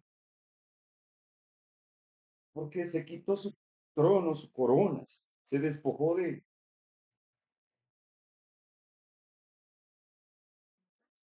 ese trono donde era adorado constantemente. Y arriesgó todo el universo y su propia vida. Y eternas. Si hubiera fallado, estaríamos perdidos ya. Por amor lo hizo. Dice que Él es el único que puede atar y desatar mediante que la persona quiera o no quiera. Si quiere, ya quedó atado a Cristo. Si no quiere, ya quedó desatado. La iglesia no tiene ninguna virtud para decidir quién se pierde y quién se salva. ¿Se dan cuenta qué tremenda blasfemia salió de ese hereje? Wow, come más de lo que sabe, pero cree saber más de lo que come. Y ese es un grave problema. Por eso, por eso es la reforma pro salud, para poder entender las cosas espirituales, se hicieron espiritualmente. Avancemos a través de Lucas, el médico. Dice, mientras ellos aún hablaban estas cosas, Jesús se puso en medio de ellos y les dijo, pasa a vosotros. Es la misma cita, solo que vamos a ver la versión o cómo la escribieron ellos. En el 24:47 dice, y que se predicase en su nombre, en el nombre de quién, de Jesucristo, que el arrepentimiento y el perdón por medio de Cristo de sus pecados. Es decir, ahí el individuo, la persona que acepta a Cristo, con Cristo se está atando, se está sujetando, se está haciendo. Y en todas las naciones, comenzando desde Jerusalén. Y nosotros somos testigos de estas cosas. ¡Wow! Tremendo discernimiento. Dios no está aquí. Ahora vemos que dice en Hechos, Pablo, que entonces Pedro, poniéndose en pie con los 11, alzó la voz y les habló diciendo, varones judíos, y todos los que habéis en Jerusalén, esto sea notorio y oíd mis palabras. Al oír esto, se compungieron de corazón y dijeron a Pedro y a los otros apóstoles, varones hermanos, ¿qué haremos? Pedro les dijo, arrepiéntanse y bautícense cada uno de vosotros en el nombre de Jesucristo. ¿Para qué? Para perdón de los pecados. ¿Y qué sucede? Y estás atado con Dios y recibirás el Espíritu Santo de Dios. Aquí Pedro está instruyendo a más discípulos nuevos, ¿cómo se dice? A los cadetes, están entrando al discipulado. ¿Cuál es la instrucción de atar y desatar? Que nuestra labor es la orden, predicar el arrepentimiento de los pecados. Y mediante que la persona lo acepte y se bautiza, ya se agarró de Cristo, se ató, se sujetó. ¿Y qué tuvimos que ver nosotros en eso? Nada, más que dar el mensaje. Y eso es para el bien nuestro. Es nuestra instrucción, pues nosotros desde que aceptamos a Cristo decidimos ser discípulos de Cristo y con Cristo y para Cristo. Pero no tenemos ninguna virtud de atar y desatar. No tenemos ningún poder de decidir quién se salva y quién no. Es soberbia tan grande, tan flagrante de este hombre. Hermano, ¿Sí? entonces la frase, te daré las llaves del reino de los cielos, es como metafórica, no porque Pedro tuvo la autoridad, literal. No, es simbólica, es metafórica, como dice. Ah, entonces eso de atar y desatar era porque los apóstoles bautizaban, ¿verdad? Y eso ya era atar y desatar. Claro, es simbólico, es Ah, ok. metafórico. Sí, es decir, el ser humano, vaya, aún si estuviera Daniel, esos grandes héroes del Evangelio, Noé, Abraham, presentes, ellos no pueden decidir quién se salva y quién no. Es a través de Cristo. La iglesia tiene que arrepentirse y caer rostro en tierra. Si la iglesia no se arrepiente, será quemada en el fuego eterno, en el fuego que proviene de la eternidad. Entonces, ni como pastor, ni como presidente de asociación, ni como Anás, ni como Caifás, nadie tiene la autoridad o potestad de decidir quién se salva, quién se pierde. No. Qué blasfemias tan horripilantes y tendenciosas. Aquí está. Así que los que recibieron su palabra fueron bautizados y que se añadieron, se ataron. Aquel día como 3,000 personas, se ataron. Y los discípulos no hicieron más que llevar la verdad presente para su tiempo, darles el evangelio eterno de Jesucristo. Y el resto es entre el arrepentido y Cristo. Eso es todo, ahí se resuelven ellos. Nuestra labor es predicar la buena nueva de salvación. ¿Se dan cuenta? Qué bonito es la comprensión espiritual. Ahora, miren esto, tomado de Spirit of Prophecy en inglés. Es un libro especial, no se escrito el libro Espíritu de Profecía. Dice, Cristo no dio ningún derecho eclesiástico para perdonar pecados ni para vender indulgencias para que los hombres puedan pecar sin incurrir en el desagrado de Dios. Ni dio a sus siervos libertad para aceptar un regalo o un soborno para encubrir pecados y que estos pudieran evitar su divina censura. Jesús encargó a sus discípulos que predicaran la remisión de pecados en su nombre, en el nombre de Jesucristo, y en todas las naciones. Pero ellos mismos no recibieron el poder para quitar una mancha de pecado de los hijos de Adán. Cualquiera que atraiga a la gente a sí mismo como si estuviera investido de poder para perdonar pecados, incurre en la ira de Dios, porque desvía las almas del perdonador celestial al débil y falible mortal. Así o más claro, ni el agua remedio. Dios no le da potestad a ningún mortal, ni a los discípulos, ni a Abraham, ni a Enoch si estuvieran aquí con Elías. Es Cristo, el Redentor. Gloria a Dios. Aquí Mateo 18:1, en aquel tiempo los discípulos vinieron a Jesús diciendo, ¿quién es el mayor en el reino de los cielos?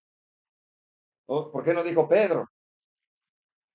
Llamando Jesús a un niño, lo puso en medio de ellos y le dijo, miren, de cierto les digo, que si no os volvéis a ser como este niño, no entraréis en el reino de los cielos. Así que cualquiera que se humille como este niño, este es el mayor en el reino de los cielos. Cualquiera que reciba en mi nombre a un niño como este, a mí me recibe. Cualquiera que haga tropezar a alguno de estos pequeños que creen en mí, mejor le fuera que se colgase el cuello de una piedra de molino de asno, se lo hundiese en lo profundo del mar. Ahora, ¿por qué no el divino maestro coloca a un niño? Y que si no fuéramos como niños, no podemos entrar en el reino de los cielos. Un niño no puede odiar, no sabe, no está en su, no está en su conciencia o en su experiencia. No está. Un niño, un niño no está buscando la guerra, no percibe el odio como un adulto. El orgullo, la soberbia, la tiranía. A eso se refería Jesús, a la ingenuidad de un niño, de volver a nacer, pero no nacer como regresando al vientre de su madre, sino nacer de nuevo en Cristo Jesús, Señor nuestro. Los pensamientos, las acciones, los motivos, hechos, las palabras, todo, todo. Incluso las amistades, y no porque uno quiera dejarlos, porque en el momento en que uno comienza a manifestar el nuevo nacimiento, los demás te dejarán de hablar. Te dejarán de hablar. Te quedarás sin los amigos que tenías. Obviamente tendrás otro tipo de amigos. Perderás tus familiares. Obviamente tendrás otro tipo de familiares. Los hermanos en Cristo, en la fe. Ya no los hermanos carnales, la mayoría te van a dejar. Mirad que no menospreciéis a uno de estos pequeños, porque os digo que sus ángeles en los cielos ven siempre el rostro de mi Padre que está en los cielos, porque el Hijo del Hombre ha venido para salvar lo que se había perdido. Mateo 18 dice así, no es la voluntad de vuestro Padre que está en los cielos que se pierda uno de estos pequeños. Tanto, si tu hermano peca contra ti, y ve y repréndelo, estando tú y él solos, si te oyere, has ganado a tu hermano. Mas si no oyere, toma a uno contigo o a dos, para que en boca de 2 o 3 testigos conste toda palabra. Es decir, Dios no nos dio ni la potestad ni la autoridad de juzgar a un hermano y condenar. Si esa persona está viviendo en pecado, primero hay que visitarlo, que vaya uno, que tenga más confianza con él y darle un consejo. No como hace la mayoría, le pone el pie en el cuello y busca acabarlo. Déjenle de hablar, le dicen a los demás hermanos en la fe. Eso no es así, no está en la Biblia. Como los militares en la guerra, caen heridos, sus compañeros tienen la instrucción de dejar de disparar y llevarse a ese herido, de ayudarlo a alivianarse. Pero el cristiano no es así, el cristiano nomás encuentra un error, un defecto que él considera que es antibíblico, va y lo cuenta a los demás para que lo denigren y ya violaron el 9º mandamiento. Si no los quieren ellos, díganlo a la iglesia. Si no hiere a la iglesia, hay que tenerlo por gentil o publicano. De cierto os digo que todo lo que atéis, o sea, lo que decidas en la tierra, eso quiere decir, lo que decidas, lo que ates en la tierra será atado en el cielo y todo lo que dejes de decidir en la tierra será desatado en el cielo. Otra vez les digo que si 2 de vosotros se pusieren de acuerdo en la tierra acerca de cualquier cosa que pidieren, les será hecho por mi Padre que está en los cielos, porque donde están 2 o 3 congregados en mi nombre, aclara, allí estoy en medio de ellos. Así que en el nombre de nuestro Señor Jesucristo, reunidos nosotros, dice, y mi espíritu con el poder de nuestro Señor Jesucristo. 1 Corintios 5:4. El tal se ha entregado a Satanás para destrucción de la carne, a fin de que el espíritu sea salvo en el día del Señor Jesús. Pablo escribe otra vez a Corintios, pero si alguno me ha causado tristeza, no me la ha causado a mí solo, sino que en cierto modo, por no exagerar, a todos vosotros, le basta a tal persona esta reprensión hecha por muchos. Así que, al contrario, vosotros más bien debéis perdonarle y consolarle para que no sea consumido de demasiada tristeza.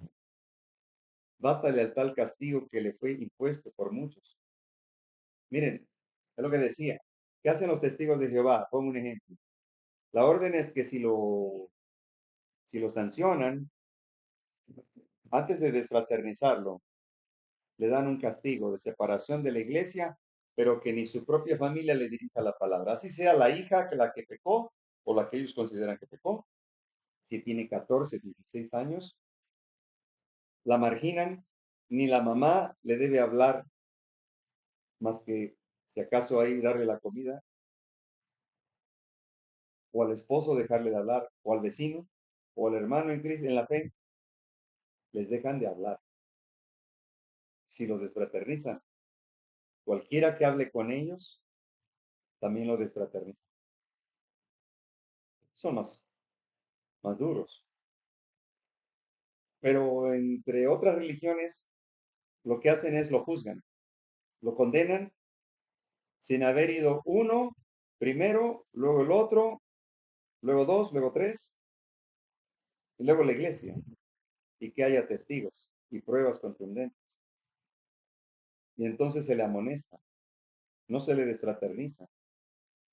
Se le da una oportunidad, un tiempo de arrepentirse y de hacer cambios y demostrar que ya logró esos cambios y que realmente está arrepentido. Es aceptado nuevamente a la iglesia, mientras no puede ni votar, ni voz ni voto. Puede ir a la congregación. Entre los testigos no les permiten ni siquiera acercarse.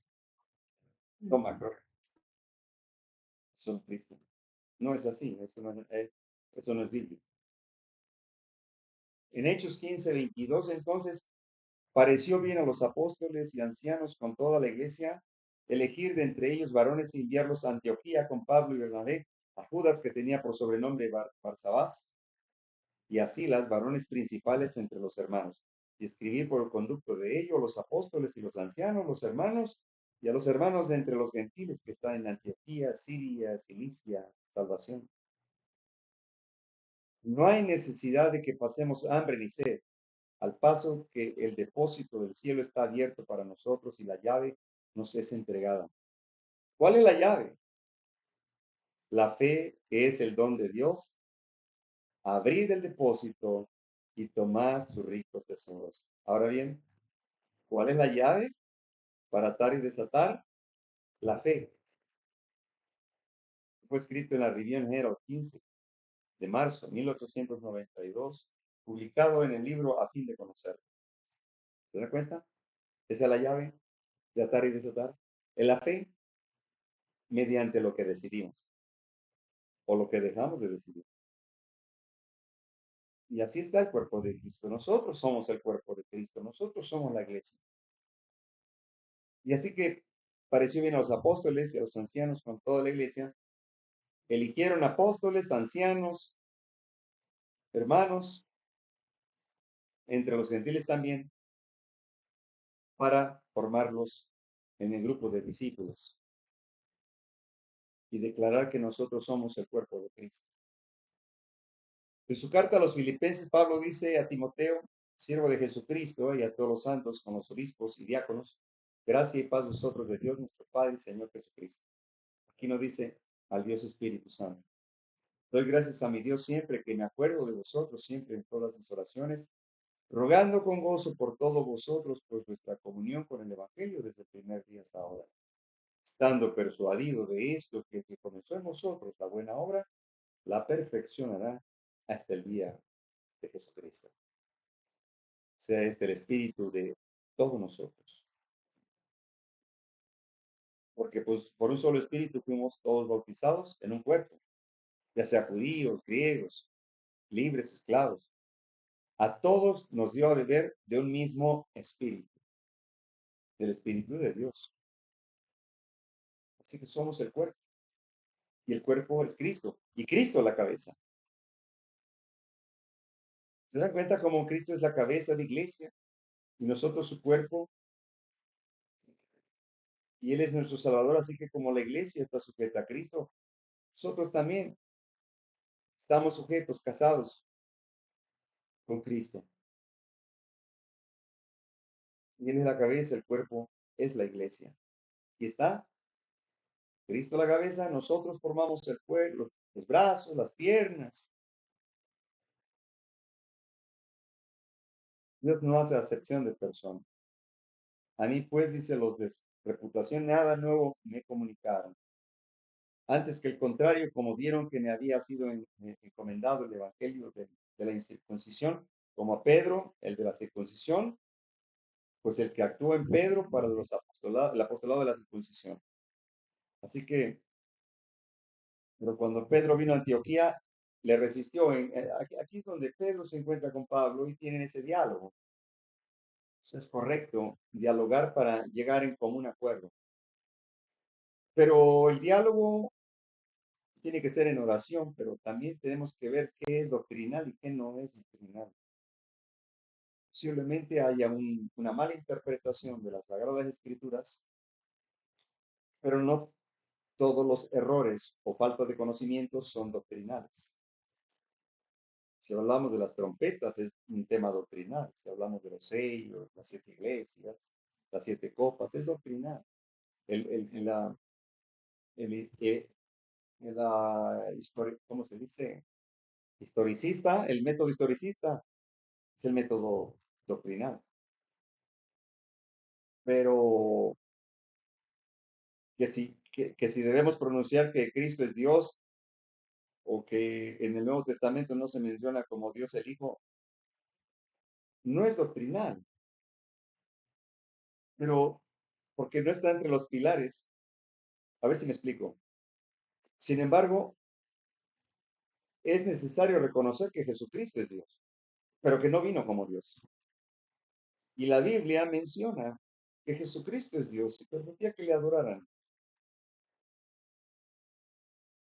Pero me refiero, no está en los 7 pilares, sin embargo, es importante llegar a un común acuerdo, porque todos reconocemos que Cristo es Dios, que es el Hijo del Padre, ambos son coeternos, y que Cristo está engendrado por el Padre a través de la misma sustancia, que es eterno y que nunca hubo un principio en él.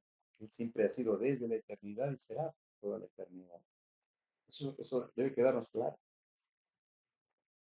Pero no hay motivo como para separarnos. Es cuestión de comprender, de dialogar y de reconocer. Si está en la Biblia, pues está en la Biblia y escrito está, que creo. Si no está en la Biblia, desecharlo. Por eso es que todo mensaje teníamos que ponerlo en la balanza de una iniciativa. Así que yo no sé, quieren que ponga el video nuevamente. Voy a tratar de subir el volumen. A ver si logro hacerlo aquí. Antes, déjenme.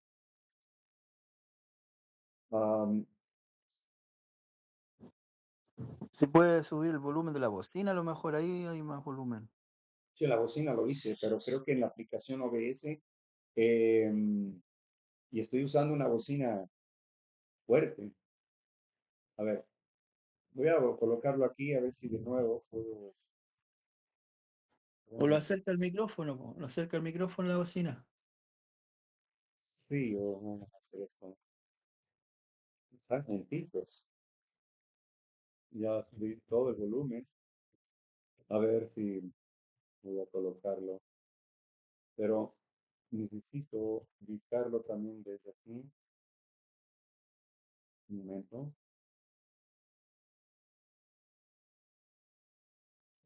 A ver si aquí puedo. He aprendido, no tiene todo. Va. Pero, Esta iglesia fue fundada sobre una roca muy firme. Y cuando nosotros nos apartamos de este fundamento que tenemos y nos vamos detrás de otros hombres, es como si nos fuéramos detrás de los Petros y no edificarnos sobre la Petra, que es Cristo Jesús. Tengamos mucho cuidado. Esta iglesia, hermanos, por muy defectuosa que sea, esta iglesia, Dios le dio algo que nadie se lo puede quitar. ¿Qué Dios le dio a la iglesia? Las llaves del reino de los cielos. Y lo que ate en la tierra la iglesia será atado en el cielo. Y lo que desate en la tierra será desatado en el cielo. Oiga, ¿tanta autoridad le dio el Señor le dio a la iglesia o no? ¿Qué quiere decir eso?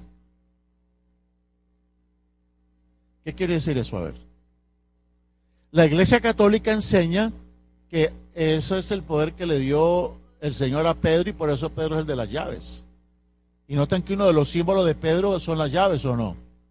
Y cuando hablan, presentan las caricaturas del cielo, ¿quién está en la puerta recibiendo a la gente en el cielo?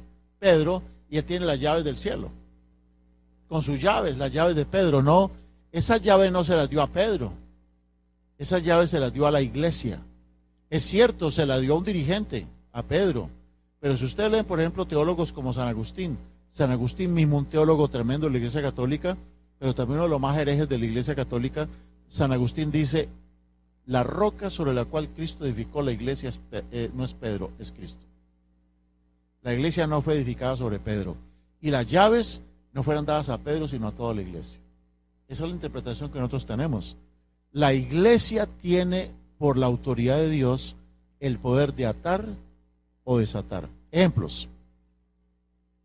Cuando una persona se bautiza, ¿quién toma el voto para que sean aceptados en la iglesia o no? ¿En la iglesia o no?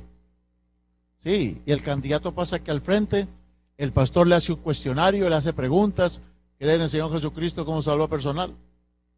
Ya comienza a usar el automático, ¿no? El automático adventista. ¿Usted cree en el Padre, el Hijo y el Espíritu Santo? ¿Ustedes creen en la segunda venida de Cristo? ¿Creen en la Biblia es la palabra de Dios? ¿Usted cree en los 10 mandamientos son de Dios?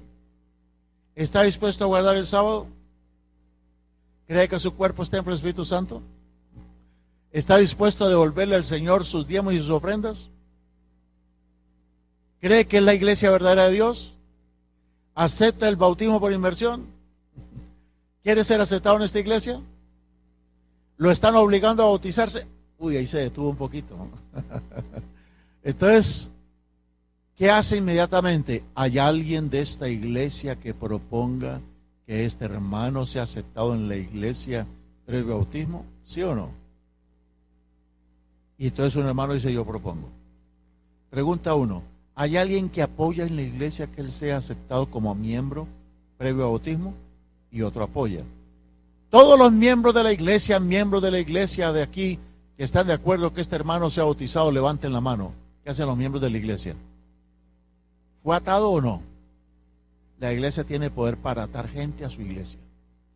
Y entonces, si la iglesia tiene poder para atar miembros a la iglesia, como decimos los mexicanos, ¿a poco no va a tener la autoridad también para desatarlos? ¿Tenemos poder para atarlos o no? ¿Y por qué para desatarlos no? Entonces también la iglesia un día, alguien propone que los hermanos sean defraternizados por rebeldía, por herejía, por de todo, por apostasía. Sí, yo propongo, dice un hermano. ¿Alguien apoya? Sí, yo apoyo. ¿Cuántos de los miembros aquí de la iglesia en una reunión administrativa están de acuerdo en que sean defraternizados? Y se cuenta la mayoría. Entonces, ¿quedó desatado? Ok. Y la persona dice, a mí no me importa, I don't care, dice. I don't care. No me importa que mi nombre lo hayan borrado del libro de la tierra, con tal de que mi nombre esté escrito en el cielo. ¿Cómo? ¿Eso puede ser? Si fue borrado en la iglesia, ¿es borrado en el libro del cielo? ¿O será que Dios dice, no, tranquilo? Como dicen los colombianos, fresco, fresco.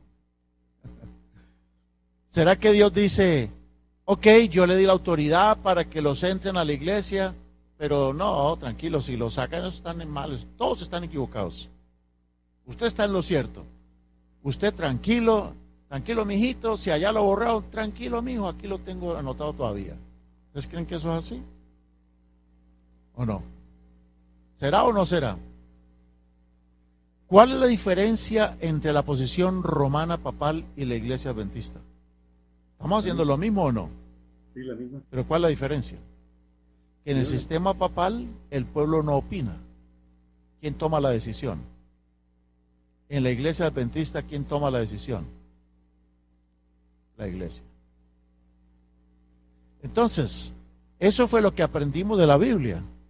Lo que Dios ata, lo que se ata en la tierra, se ata en los cielos.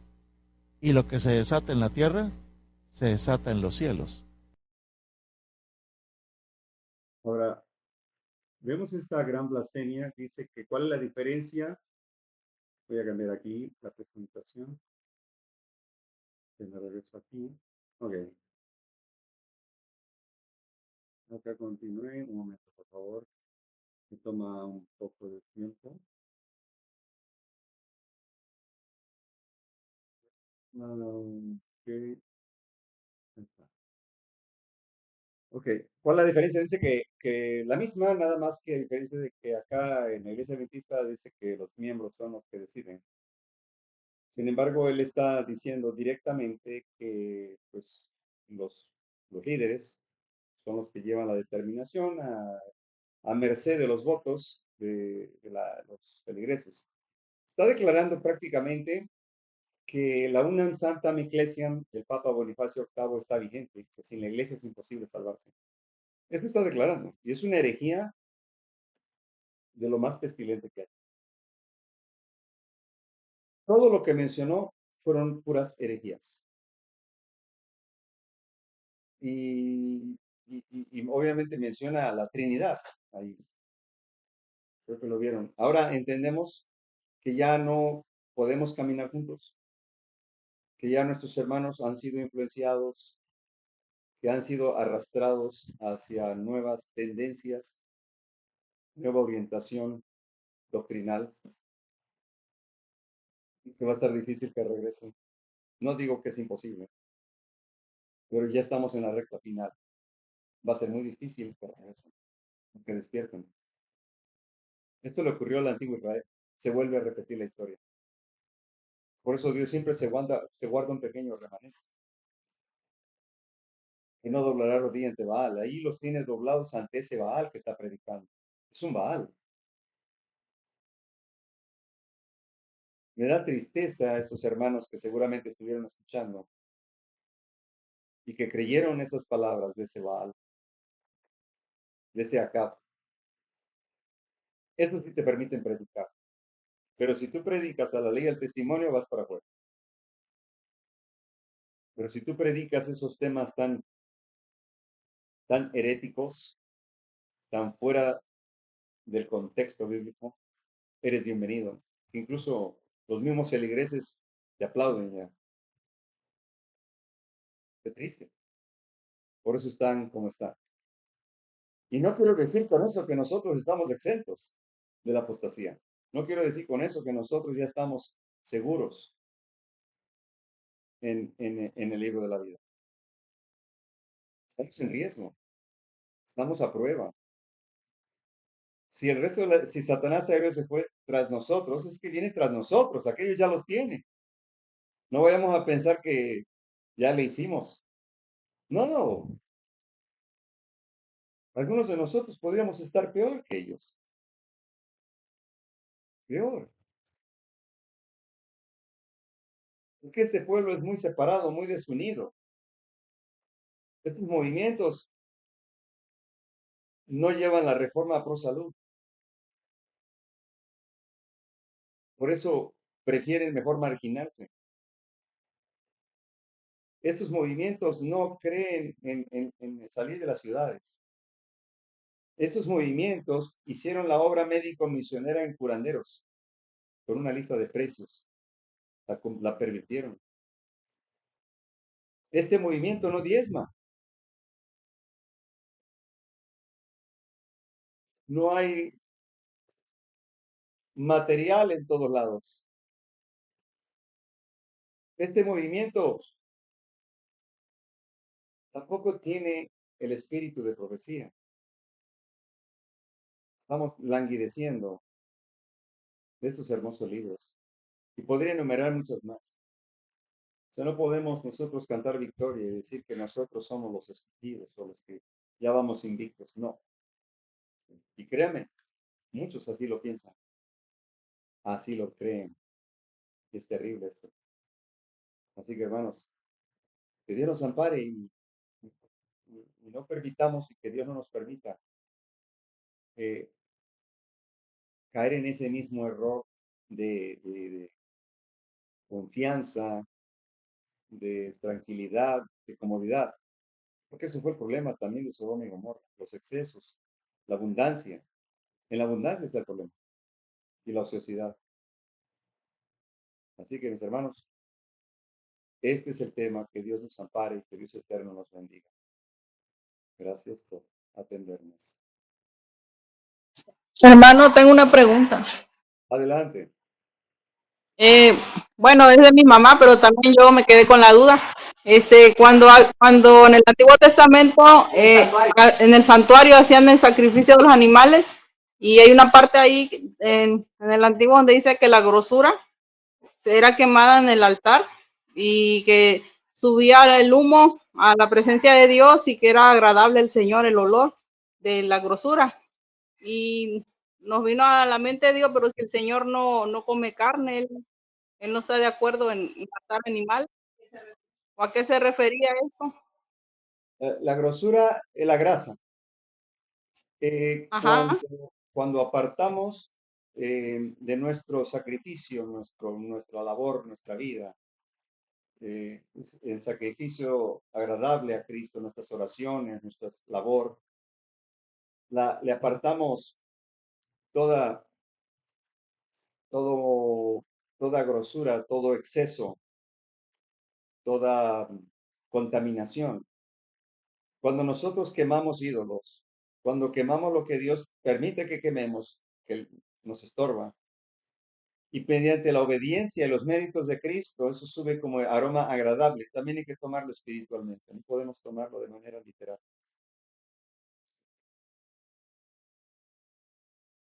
Entonces era simbólico, pero literalmente sí le agradaba al Señor el olor a carne.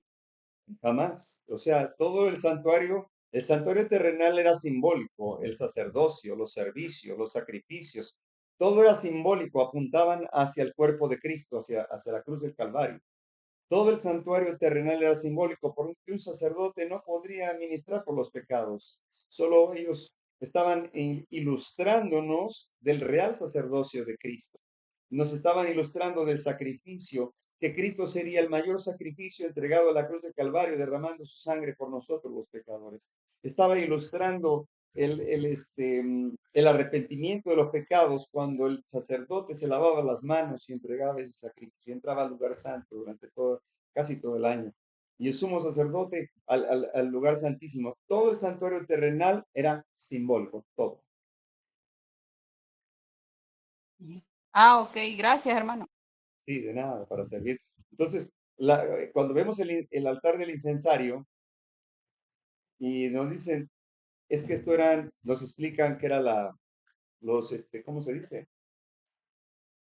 Las oraciones. Sí, simbólicamente representan las oraciones que suben agradables al Padre a través del Hijo, pero sin los méritos de Cristo, que es el aroma, que es el incienso, que va combinado con el humo del incienso, el aroma, son dos, es el humo, pero es sobre un incienso.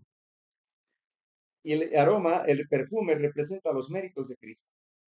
Entonces no podemos tomarlo literal y decir nada más son las oraciones, porque nuestras oraciones no contienen ningún mérito, ningún perfume agradable a Dios. Que son los méritos de Cristo. Cuando se sacrificaba un cordero, no es porque le gustara la carne quemada, cocida, condimentada, como le llaman a la barbacoa. No. De hecho, en los sacrificios no se condimentaba ninguna carne. El sacerdote tenía que comer sin grasa, sin condimentos y masticar esa carne sin grasa, sin sangre. Pero era simbólico. Por eso Jesús decía, si comieres de mi carne y bebieres de mi sangre. Y los fariseos decían, esto es una locura. Si no somos caníbales, ¿cuándo haremos esto?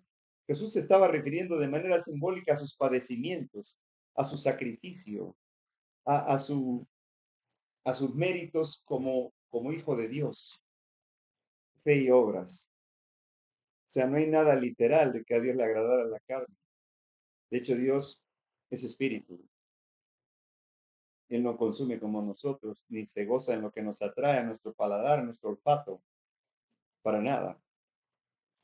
Entonces, hay que entenderlo esto desde una perspectiva espiritual.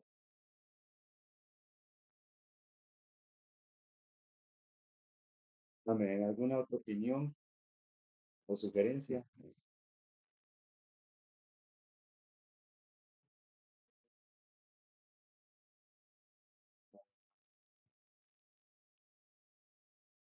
Creo que entonces estamos claros, ¿verdad? Voy a dejar de grabar. Amén. Que Dios eterno les bendiga.